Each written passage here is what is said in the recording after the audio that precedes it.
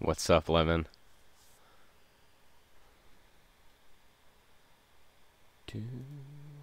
Miss Beth, Jeff Dunn, and Daryl, Amy, Z squared.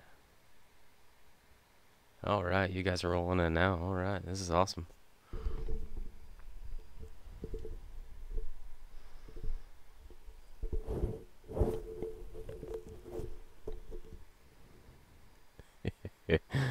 That peace dollar was really neat.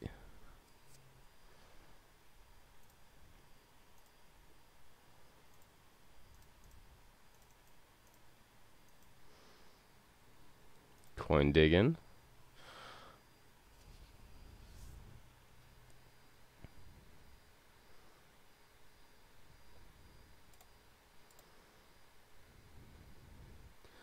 Alright, I'm just double checking everything, make sure I got everything set up and it looks good on my end.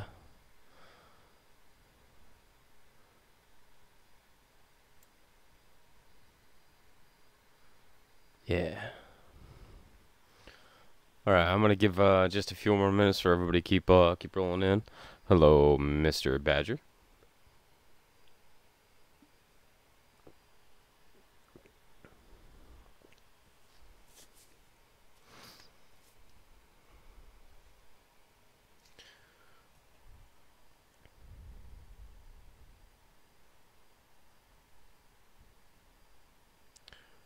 Thank you very much, Beth.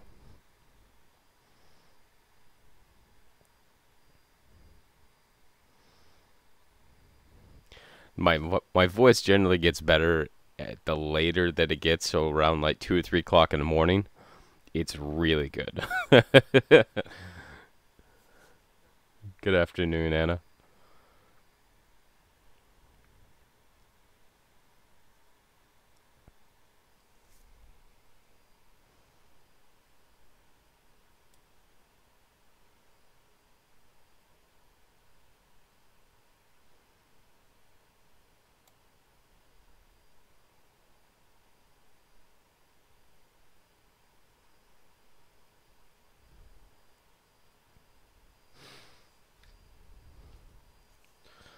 All right, as we got more people coming in. So I had some ideas on the topic or topics that I wanted to cover, and I think with some of my recent acquisitions, I felt like the Eisenhower dollar was really the biggest thing that I wanted to cover because it's one of those that it's a modern coin, um, but there's a lot that is going on with that particular coin.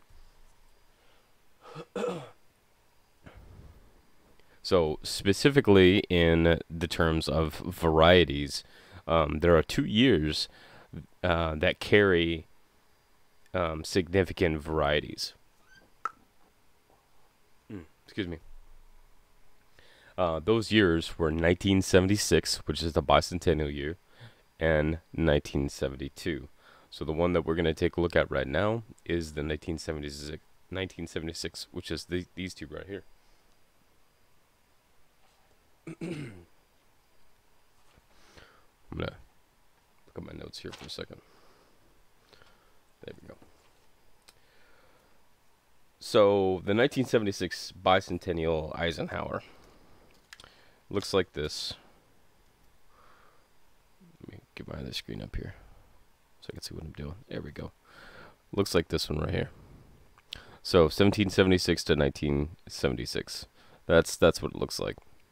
So the U.S. Mint began minting the bicentennial coins in 1975, although there was no 1975 coins minted. Um, Issues with getting the coins to strike correctly persisted, which led to the rework of the dies. This gives us type 1 and type 2.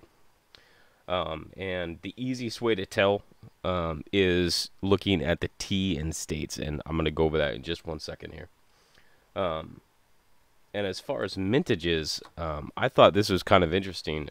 Um, I guess I had kind of assumed that the mintage numbers would be about the same between the two different types, and that's actually not the case. So the 1976 Philadelphia Type 1, there was only 4 million minted, 4,019,000 minted. The Philadelphia Type 2, there was 113,318,000 minted. So you guys can tell there's a huge disparity between 4 million minted and 113 million minted. Um, and that's in the Philadelphia. Now in the Denver type, this one changes a little bit. The Type 1 has 21,048,710 that were minted in the Type 1 Denver. And then in the Type 2 Denver, there was 82,179,564. So those numbers are a little bit closer together between the two, but one of the biggest difference in the mintage numbers is on the Philadelphia from 4 million up to 113 million. So in regards to looking at the design of the Type 1 and the Type 2, here's what you're looking for. So on the back of the coin, right up here in states, okay, that's what we're going to look at. And I'm going to move you up to my scope right here so that you guys can see what I'm looking at. So I'm going to look at it at these coins in the plastic. I can take them out. Let me take them out real fast. Okay. So right up here, this is a Type 1 of the Bicentennial. And the way that you can tell is if you look at these edges right here on the T, these are big solid block letters and they're straight on the sides. Now, since I had so many issues with these coins striking correctly, they came up with a new design, which is pretty much it's not a new design. It's just a rework of the original design.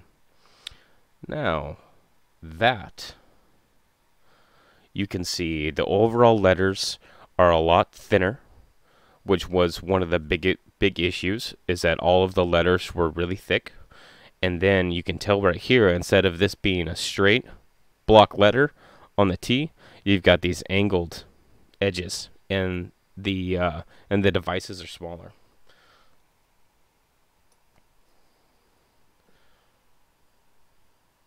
So that's a Type 1.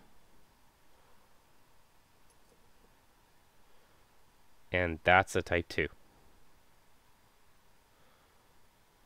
So if you guys were looking for the Bicentennial Eisenhowers, which I think are some of the coolest coins, because thinking about this giant chunk of metal sitting in your pocket, like rattling around, is kind of crazy to me. But for me, it odes to the Morgan and the Peace dollars, that you have these big giant dollars, that carried the value. And the fact, and what's really interesting is that both of these coins, both this Type 1 and Type 2, I actually got from a bank.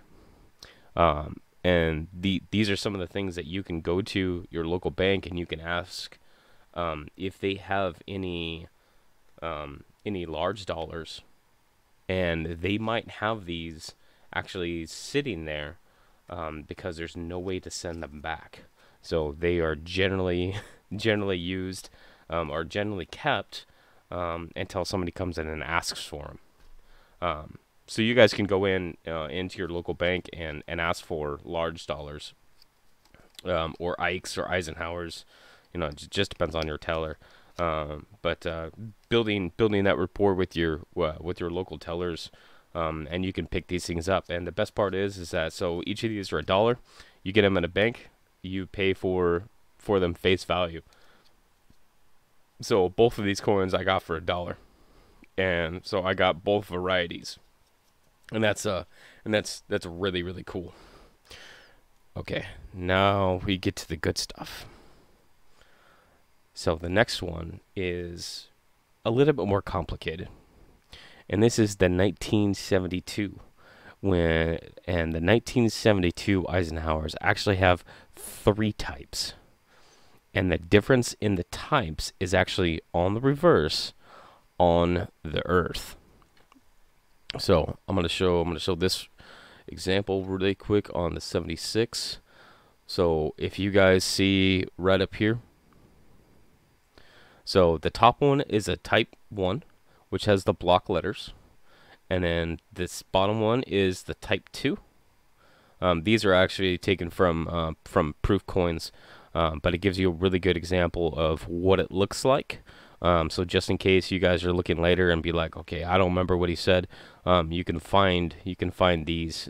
The top one is a type 1, and the bottom one is a type 2, and you can actually look at the devices overall and see the difference in the thickness of the letters. That is one of the biggest keys to just looking at the 2 types. For me, it's always the T in states. That's always the number one thing I look for, because all I have to do is look at it, and I know immediately which one I'm looking at. So type 1, type 2.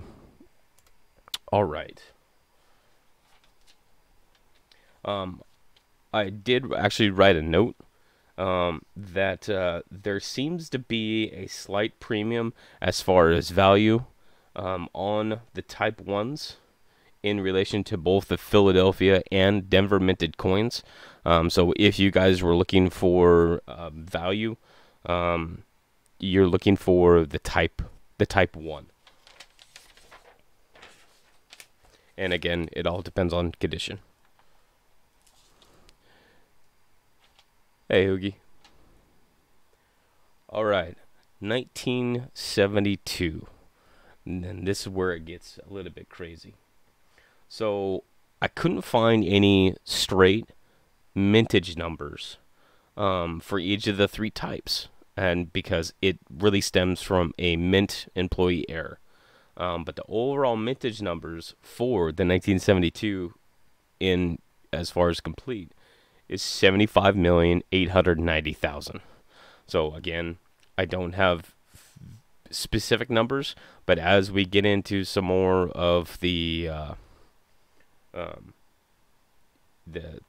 differences between the coins, that's when we can start to figure out, why there's certain premiums on these coins. Okay, so the type 1 reverse is this one right here. The type 1 reverse was used from January to August. So this is going to have generally the highest mintage numbers. And I actually put these back here. So we're going to look at type 1 right there. So here is the type 1. And I'll put this underneath the scope in just a second. But right up here in this globe right here is what you're looking for as far as the differences in the types.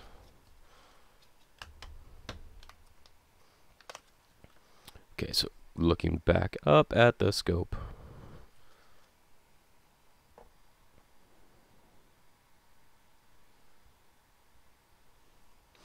So the way that for me to tell the difference between the type 1 and the type 3, because generally that's what you will come up with more often, is looking at where the islands lie underneath Florida. Now, if the islands lie like southeast or, like due east of Florida, then that is your type 1.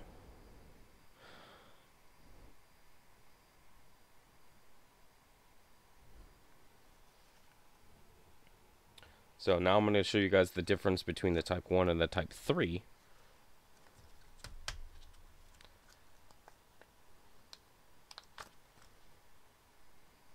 So here's the type 3. And I'll show you guys an example of that one right there. So with the type 3, the islands are basically like exactly due south of Florida. Instead of being all the way out like in the ocean, they are straight south. So that's how you can tell the difference where the islands are on a type 1 to type 3 coin. So again, the type 1, the islands are east of Florida, and the type 3, the islands are due south of Florida. And the type 3 is supposed to more accurately represent the globe if you were looking at a map. I wrote that note down. So for what, I don't know what the difference on the design between type 1 and type 3 other than just where the islands are.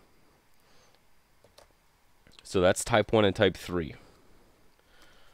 Okay, now let's take a look at type 2. So we know that the islands are south of Florida. Now let's look at a type 2. So this one is one that I recently got.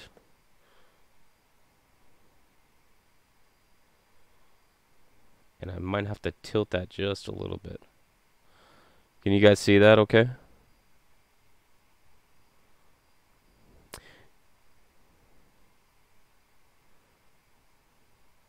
Do this. See the shadows right here?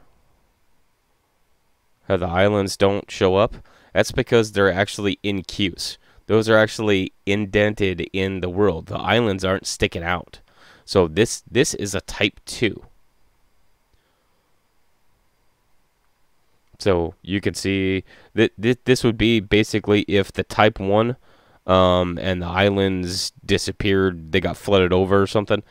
And some people say that it looks like 3 wave, lines of waves or something.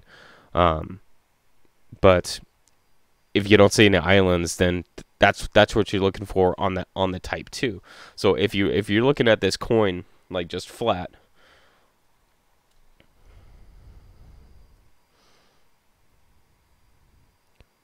I'm gonna see if I can do this.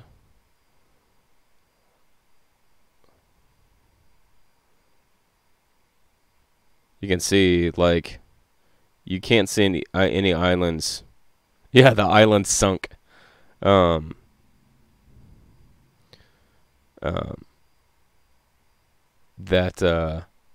you can see that is missing that detail. Okay, so now we've taken a look at the difference between type 1, type 2, and type 3.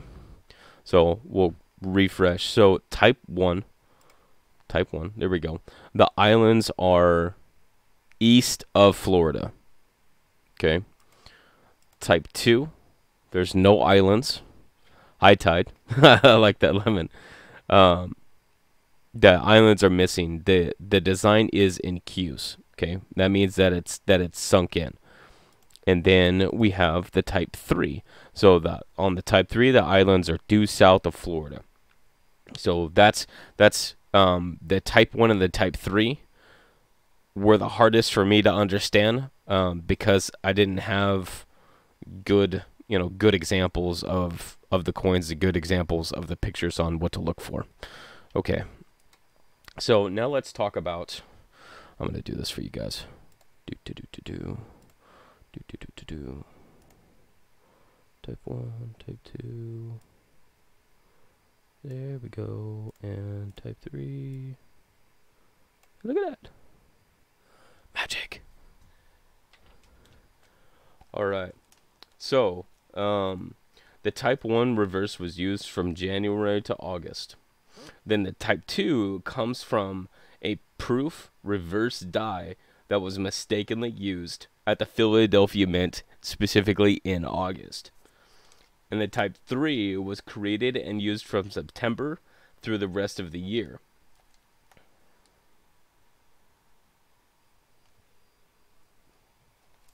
So just based off of that information, we know that the vast majority of the mintage numbers of the 75, 76 million are going to be the type the type 1s, because they were minted from January to August. So vast majority that you're going to find should technically be type 1s. Now, the type 3s were minted from September to the rest of the year. So we have only that time frame during August that the type 2s, that one right there, were minted, and it was accidentally. So for some of you, especially a lot of you, the proof reverse sounds familiar, because we find that in a lot of other coins. We know that in the 88, 89, the 92, and the 98, 2000, 98, 99, 2000 WAMs. That it has those proof reverses that were used accidentally on business strikes. Yes, Beth. The type 2s, this one right here, are actually nicknamed King of the Ikes, specifically because their rarity, and we don't know how many were minted, their rarity is what drives their value. I don't know that Lemon. Lemon asks, do they know how many Type 2 dies might have been used? I did try to look for that information. I even tried to look to find out how many regular business strike dies were created for the Ikes, to try to get some kind of determination. And I have not found a specific number yet. Jeff Dunn, yes. So this is the type 2 is a Philadelphia mint error.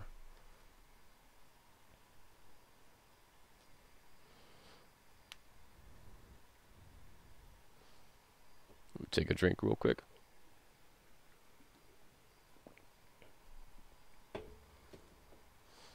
So I was looking around to try to figure it out. I'm going to clear these out.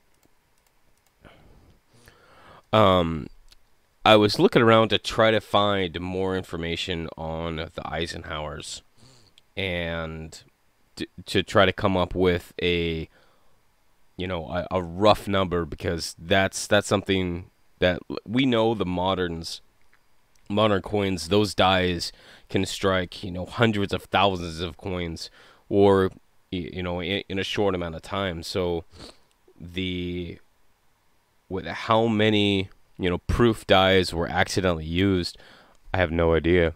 I mean, that would be definitely something that would be cool to find out, to try to give some estimate of the numbers. Now, the Type 2 does carry, because of its rarity, does carry a significant premium versus the other ones. So if you can find these in higher grades, then they are definitely worth money. So I wanted to get examples of all three types, because I knew that there were three types of the 72. And I just like having examples. So, yeah. Robert had one, and I just, I had to have it. I just had to have it. Type 2. Do you guys have any questions on the Eisenhowers?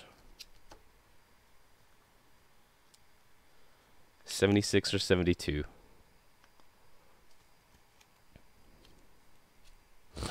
Mike Badger says, so we can pick up a proof Ike and have the reverse as sample of the as how I understand it, yes. For the Philadelphia proof, it would be the proof reverse of the 72 would be the example of that coin. So, and then with the 76s, remember that it is the difference on the T in states. If it's a straight block letter, then that's a type 1. To keep in mind that because of how big all of the letters and stuff were, they were having issues striking those coins. So then they basically made all of the devices smaller, and that's where you get the type 2 for the 76.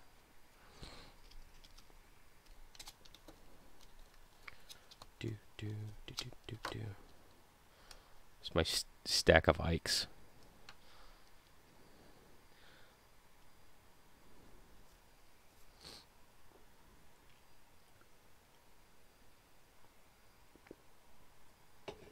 And if you can, like, I've gone online, and did they have both types in the proof in 76? I believe so. As far as the information that I was looking at, that's what I gathered, that they were having both issues for both the business strikes and the proofs, because you can find both types, type 1 and type 2, in both business and proof.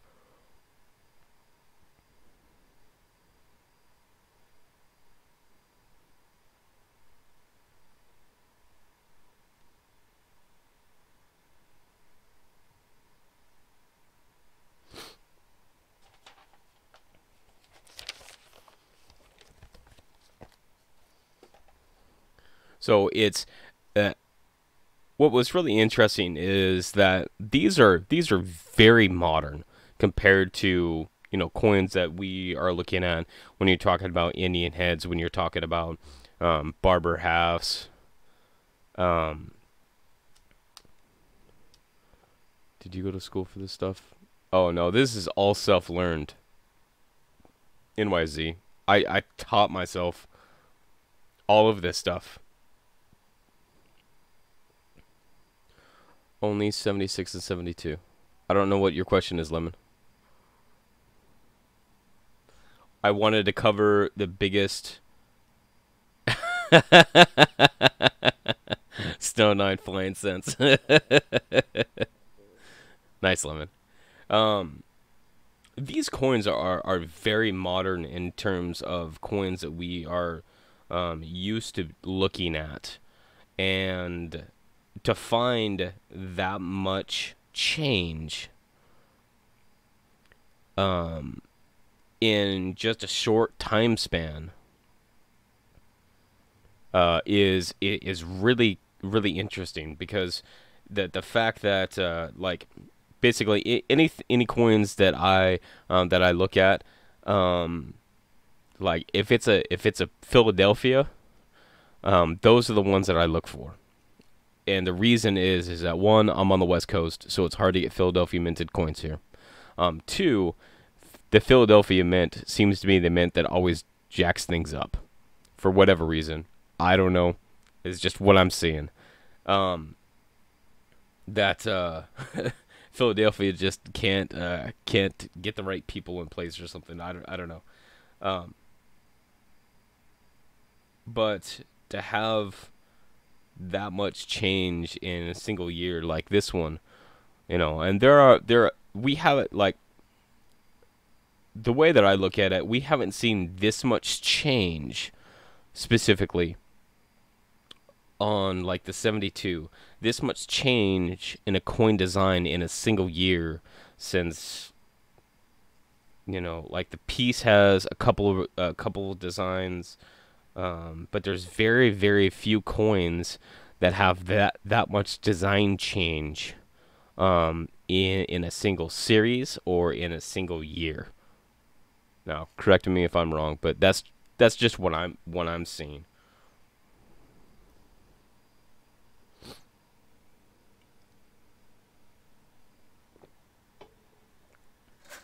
Oops.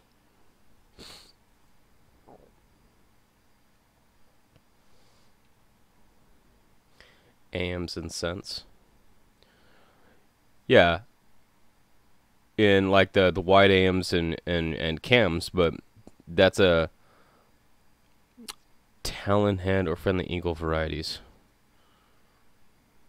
I don't know what you're referencing, Amy.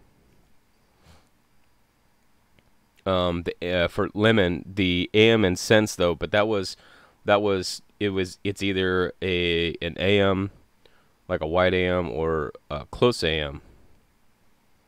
So that's only two.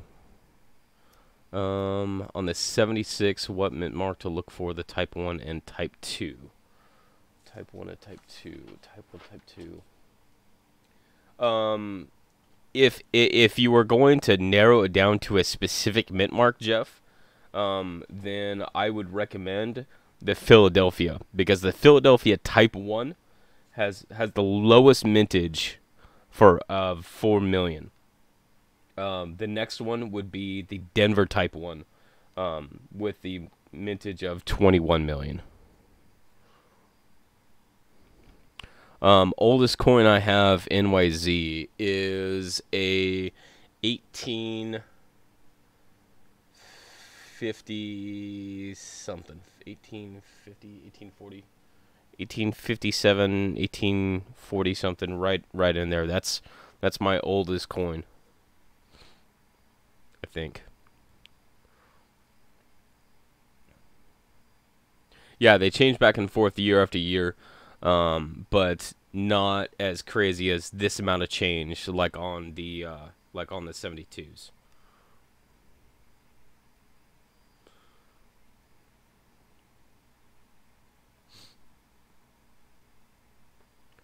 $71 X. Oh, okay. Um, it did. 1857. By the way.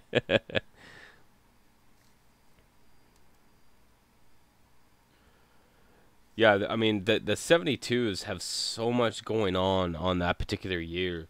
Um, with the design changes, you have DDOs, you have different die varieties. But I was really just talking about the significant design changes in the dies, and the fact that a proof reverse, like, and if you look at these coins, like I'll put up these two. You take a look at whoa, hey, what's up? You take a look at this one, and then you take a look at this one. Like, you can see how much more, and this is the type 2 and this is the type 3. You guys can see how much more design, and how much more clarity in that design that exists between even these two types. Now, think about that. This one was struck in August, and this one was struck in September, roughly.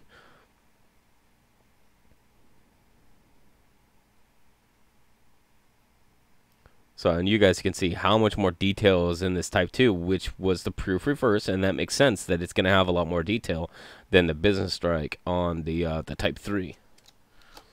Let me catch up. Specific coin you really want to have. Do you love certain coins you're looking for? There's lots of different coins I would like to have. I like the coins that have history.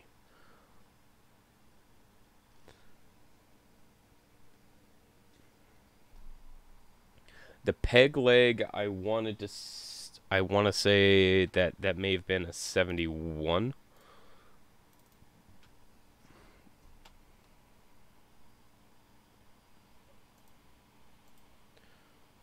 Do do do. Do do do do do do.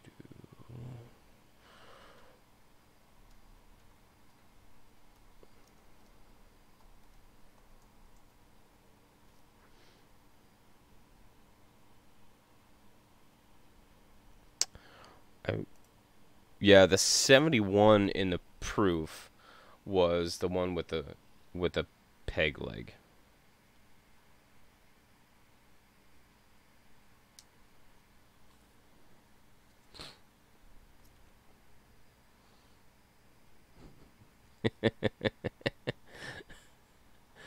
Oh, oh, Lemon, man, you're awesome.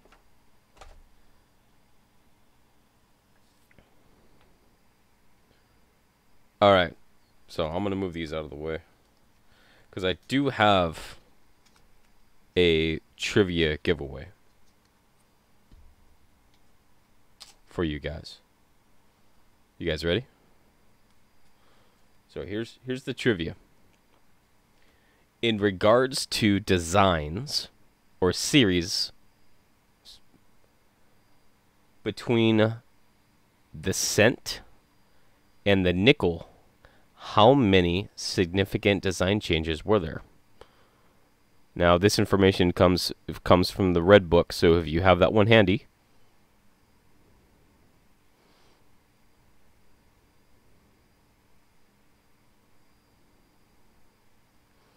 Between the cent and the nickel, how many significant design changes were there?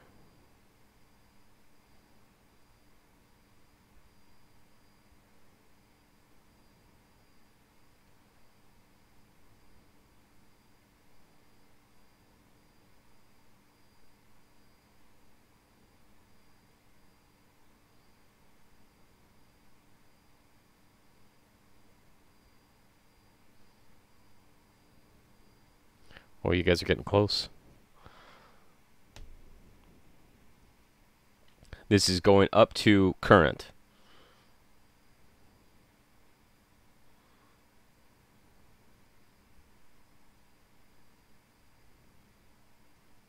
Daryl, USA.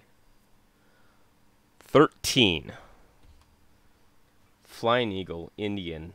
Wheat, Lincoln, Bicentennial, Shield. For the cents, Shield, Liberty, Buffalo, Jefferson, War Nickel because of the mint mark placement, Westward Journey, and Jefferson Modified. So, Daryl, this is what you get. I designed this and loaded this myself.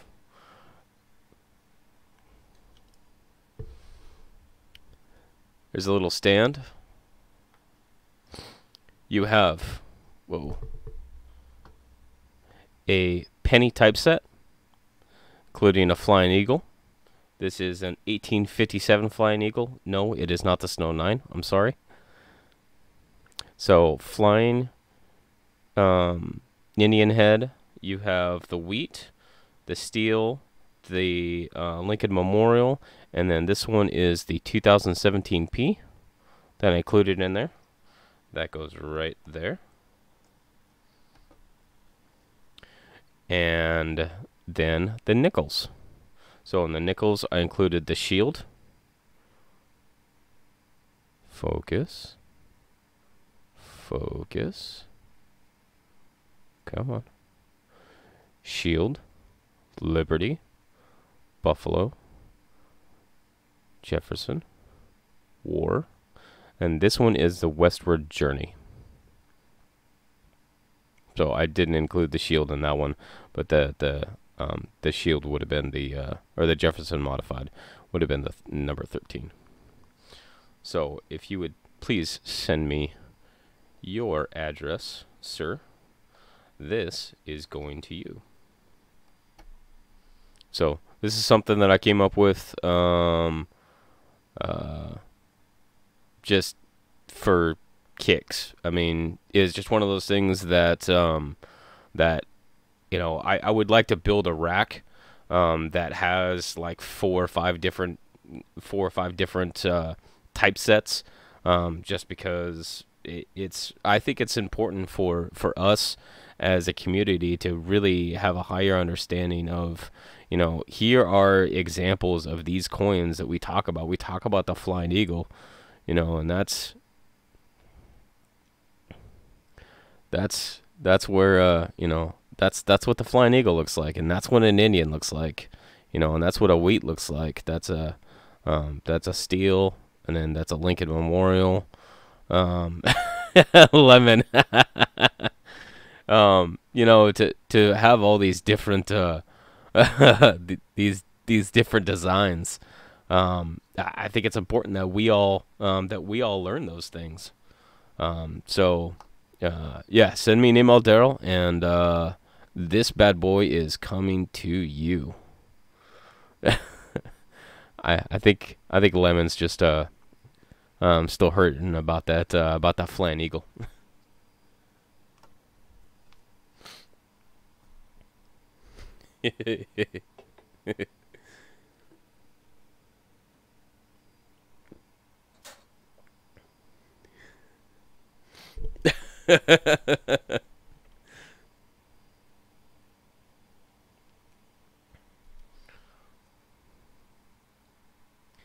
So some other things that I wanted to show you guys is just some other stuff that I've been working on.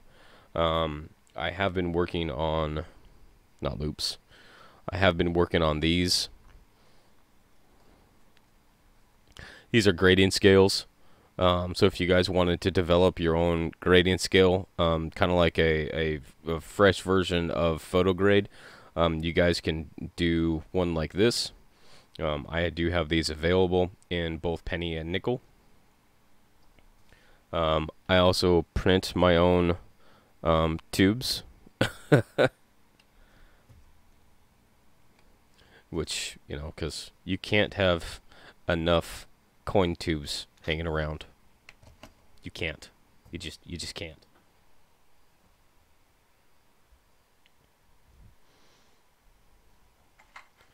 Yeah, because I clearly don't have enough coin tubes. Yes. Yes, it is. It is not reactive. I looked up the MSDS and I can't find anything in regards to reactivity to anything. So they've worked well with me for a while, and the best part is that I just print them out.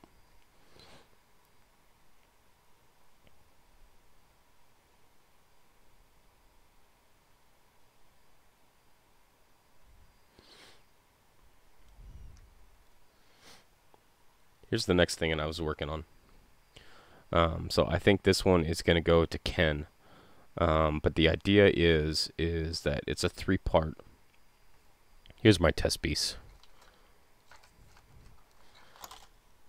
This is my attempt at a test piece, just small. But the idea is that this middle part can move around, so that if you wanted to show where an RPM would be, you just move it. So if the RPM is a north, then you move it like that, and then this is what you're looking for the RPM. If it's a sideways, like an S over sideways S, then you just move it like that, and this is what you're looking for.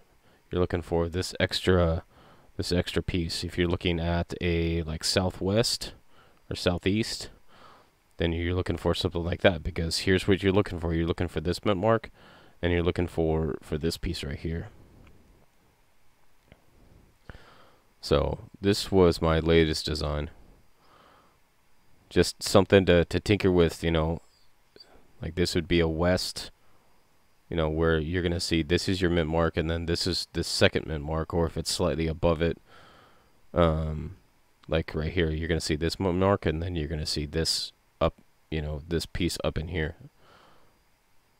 So stuff like this, just because I think something like this is gonna be easier to show like 100 different repunch mint marks than trying to like draw, or like I love the Play-Doh thing, but I think that as far as examples, that this something like this can show more variety over over just the you know, just the single one. So I'll be designing the same thing for a D mint mark that I will probably be sending to PV, because he likes to play with toys.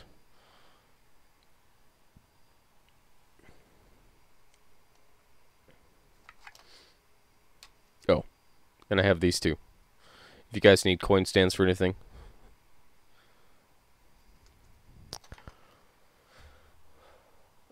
That's pretty much all I got. Do you guys have any questions? Anna, the grade scales are $2.50. $2.50. Show the difference between a double die and an MD. I thought I had a good example that I was holding on to. I'm actually working on that one right now, JC. I'm working out some of the design aspects of it, because it'll take what I've done in the past in a 3D aspect and actually print it out, to actually show exactly what you're talking about. And I think if I can get that perfected and get it printed out, then I will do a video on that, because it's the tactile piece of it that helps people understand. So yes, I am working on a 3D design for that specifically, because that's what a lot of people would get mistaken, is the difference between a double die, which is an increase in design that also shows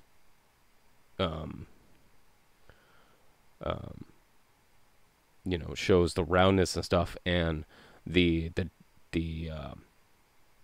machine doubling is flat. So actually I can kind of show it here. So if you had machine doubling on something like this, then you will see something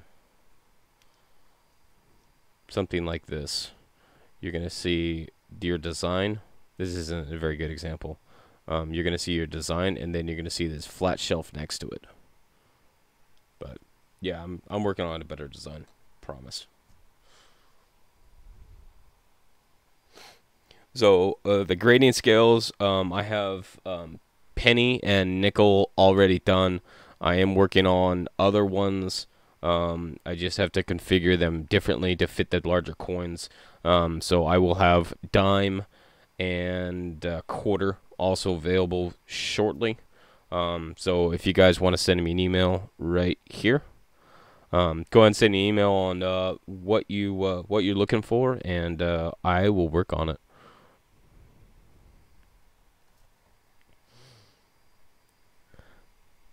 Have you made me man yet? No, I have projects that I'm working on.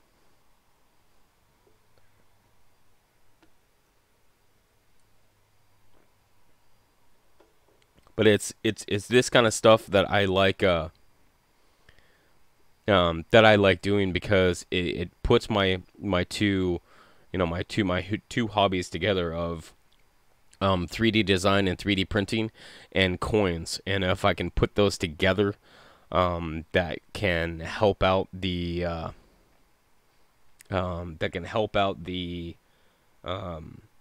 community and the learning process, then yeah, that's exactly what I'm gonna do.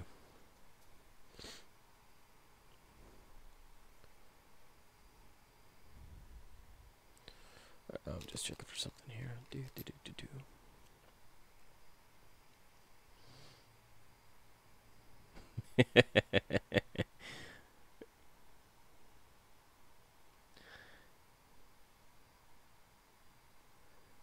Middle name Leonardo or Da Vinci? Neither of those are my middle names.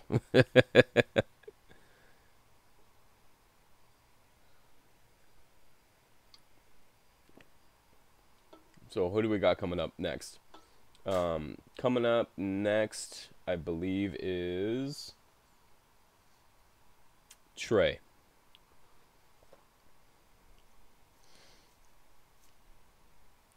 Could you make a teeter scale for a penny to measure the difference in copper transitional weight? Yes. Yes, I can.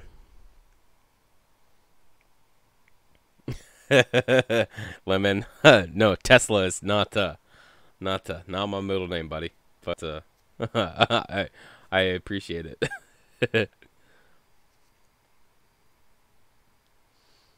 And if you guys are looking for something, something like this, or you want to make a coin stand or something, something like this, just email me. Because I've done a lot of cool stuff. I've done stuff for Lemonhead. I've done stuff for Daryl. I've done stuff for for a lot of different people that just you know is is just something that works for them. Like for Lemon, I did a logo, and it was just something different. But I would like to find different ways of making stuff to really help out the community. And like the grading scale, this is one that I actually put together. I don't have a good in there, but grading is one of those things that I absolutely struggle at. And I think it's that I can see the differences between the coins. Like this, very good. It's starting to go. The letters, the devices are starting to go into the rim, and so obviously I know that goes down here, and then you have a fine, which there is there's a clear separation between the devices and the rim, but how these all break down, I can see the pieces. I just don't know where to put them. So something like this was really just an idea that I had to help me, so that I can learn how to grade coins. So same thing with pennies, that it will help me figure stuff out, because I always love trying to figure stuff out. It's my thing.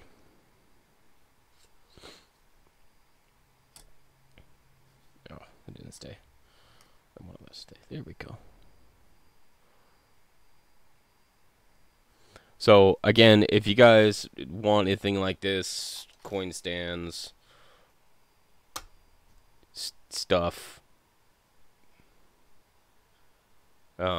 just send me an email down here, and let me know what you're coming up with, or what your idea is, or what you need.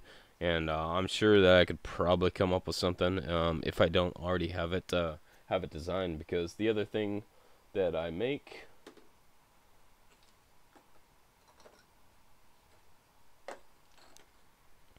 are dies. So if you guys wanted, this is a quarter die. This is a dime die, and this is a nickel die. So all of these dies are designed and fit the specifications of actual dies used for the mint. So there's a bunch of different things that I found the specifications on. So the only thing that I do not have is I do not have the $half die. That is the only one that I'm missing out of the complete set. But these are, you guys have probably seen these on Ken's channel, that he loves playing with these, and the other hubs and stuff that I sent him, because I think that there is, it's really important for people to understand how these coins are being struck. Therefore, we can understand how these errors are happening and how these varieties are happening. Is it the error where the dies are not, that they're not aligned, and that's what's causing the error? Or is it a change in the design of the actual die that is striking the coin? So that's why I made these, is because I wanted hands-on. Like, if you have coins being struck like this, what are the possibilities that it's going to be misaligned, and that it's going to be like, struck sideways, or push doubling, or like there's all these different things that can happen. And that when you start playing with the actual pieces that are being used, then we have a better understanding of how these things occur.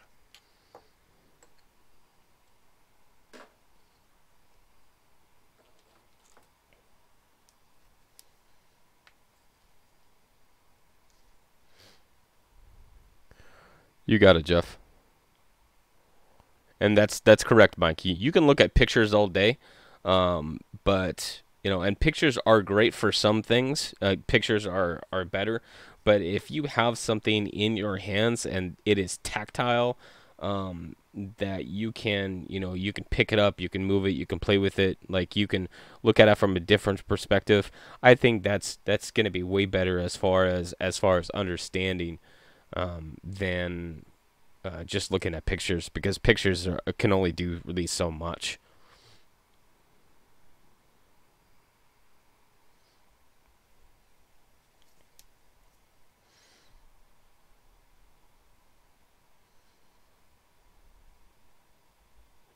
A great teaching aid, and that's exactly, all the different things that I've come up with is really started from trying to teach myself. Um, but I've realized that if I can put stuff like this in the hands of other people, that will really positively affect the base knowledge of the community. And if our community is operating at a higher knowledge level, then we can do better. Then we can do more things. If everybody knows the difference between machine doubling and double die, then what could we be focusing on more, if that makes sense.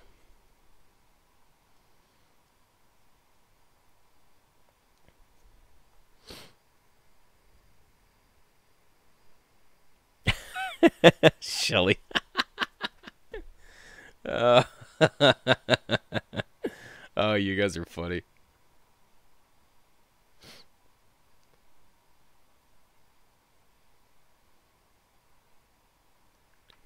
Okay, I'm gonna give you a secret. That one.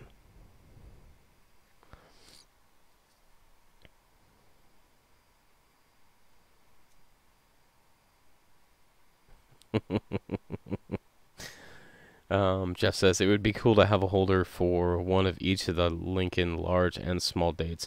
I had designed it was a piece that fits into these acrylic 2x2s, that actually had three of um, the Philadelphia, Denver, and San Francisco pennies. Um, um, and so I had those three inside a holder that fits inside one of these cases.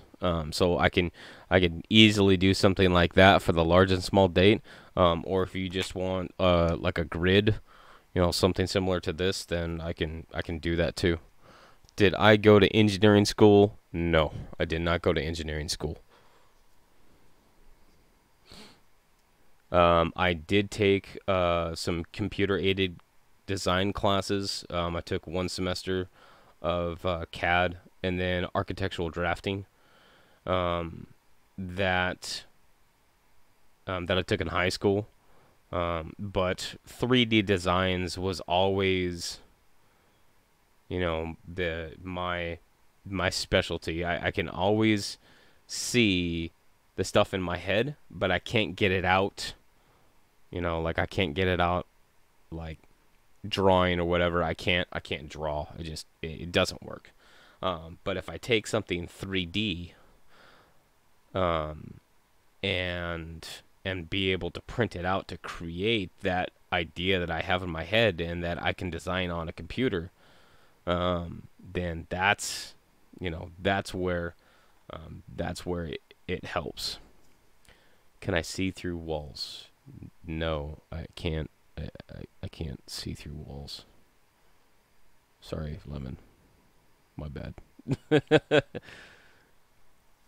CAD, computer aided drafting or computer aided design. Lemon, you are thinking of 1857. I'm 90% sure about that.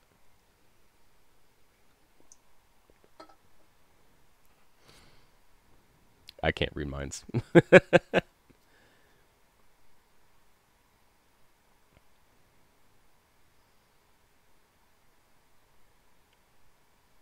You're welcome. You're welcome, Jeff. Oh, 1908? Oh, okay. Well, I was close.